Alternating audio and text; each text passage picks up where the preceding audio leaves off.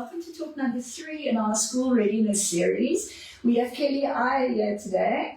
Like Jane Eyre. Yes. I was told Jane Eyre.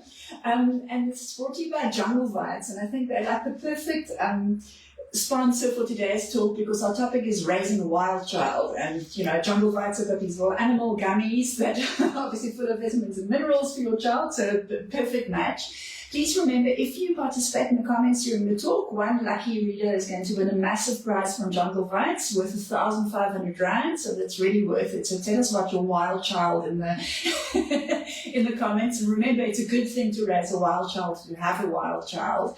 Kelly, can you just introduce yourself briefly before we get going? You are the Quality and Pedagogy Lead for DIBBA International. So the DIBBA moms say hi. Like There are a lot of them. You probably know Kelly. You have seen Kelly around campus. So. Yes. Right, so without further ado, wild child. So I'm Gen X. We were all wild. Okay, we climbed trees, we fell off windy house roofs, we played in the mud, like we terrorized town on our bicycles, and that kind of thing doesn't happen much anymore. So what can parents do to, even if you're like in a flat or in a city and it's not safe, or how can you still raise a wild child, and why is it good? I think raising a wild child is important. I think it breeds an idea of confidence. That's always what I think about a wild child going into the world, being with the world. And it doesn't have to be lots of things that make wild children. And I think it's important to define the wild child in that regard. The wild child is the child that plays, is the child that is allowed to explore. At DIBBA, we talk about exploration and wonder and wanting to know more. So whether that is mixing ingredients in a home where it's spices and seeing what things explode into, whether it's a bit of glitter or something basic can turn into so much magic. And that's the idea we want to create for the wild child. Listening to sounds. Even hooting is part of that. It's listening and integrating into the world around them so that they acknowledge what is near and far from them as well.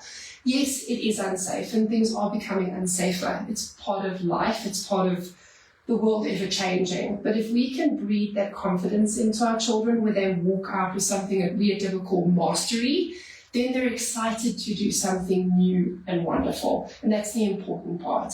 But you don't have to go the extra mile. You don't have to buy the hundreds and thousands worth of craft or activity. Something as simple as putting flour on the floor and taking a bit of oil and mixing it in and seeing what that creates is magic within itself. In the same breath.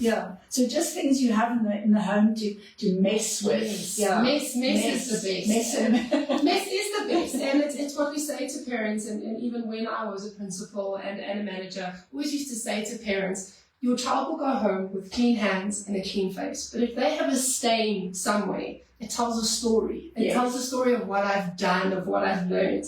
And that's the wild child. I think it's become different. You mentioned the different generations that are coming through, and we have to acknowledge the new parent that is now. I am a millennial. I was born in the 90s. The idea was you were seen and not heard.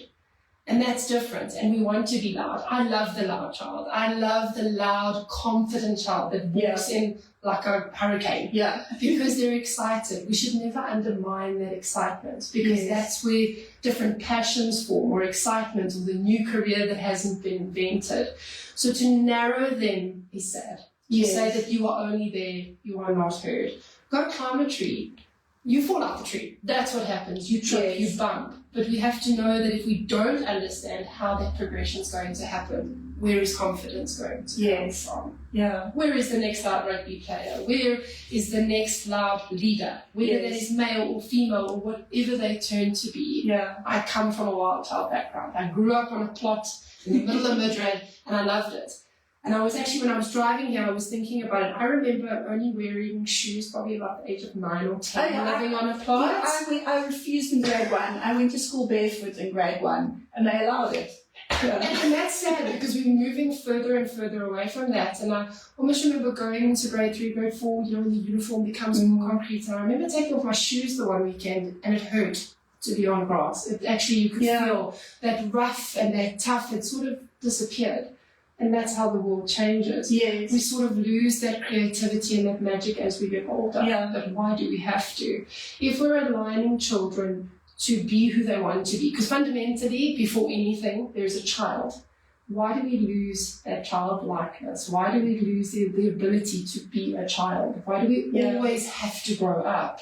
It's like Peter Pan. You don't want to grow up because you lose that sense of who you were and in the wild, and even having soft feet. Yes. For me, it's hard. Yes. Because it's a sense of that memory that's dissipated almost. So it's about letting them do what they naturally want to do, I believe. Yes. I found, so I have 2 girls, and I've spoken a lot to boy moms, and often there's a lot of being written lately about boys and them struggling more at school, or not, or the way most schools are set up are not so conducive to boys enjoying themselves and doing well and exceeding, because I don't want to sound sexist, but I think there's a bit more wildness maybe on the boys' side, and everyone tries to sort of tamper it down.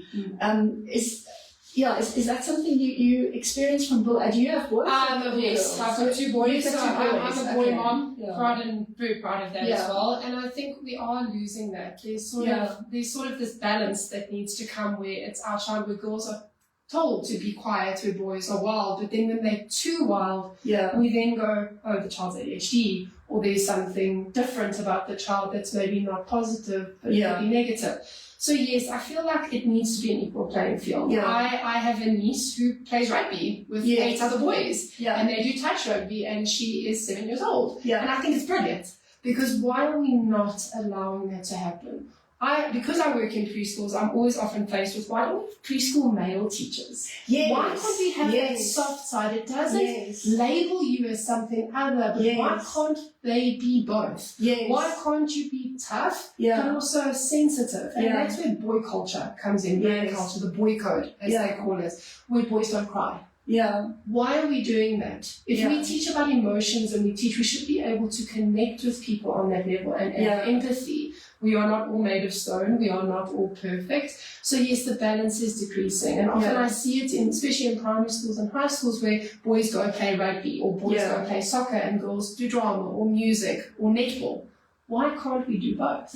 Why can't we be free to make that choice? Where it isn't a balance of a girl versus a boy sport, where it's just enjoying it in general and having fun and being that way. My son loves baby dolls. He does. He enjoys them because that's his sensitive, caring nature coming out. It doesn't mean anything else. Maybe he'll be a great dad, most likely. Or a great doctor, or a great sports coach. Too. They do, and that's the role title we need to change, is that we're free to explore. I love watching little girls be obsessed with dinosaurs and construction.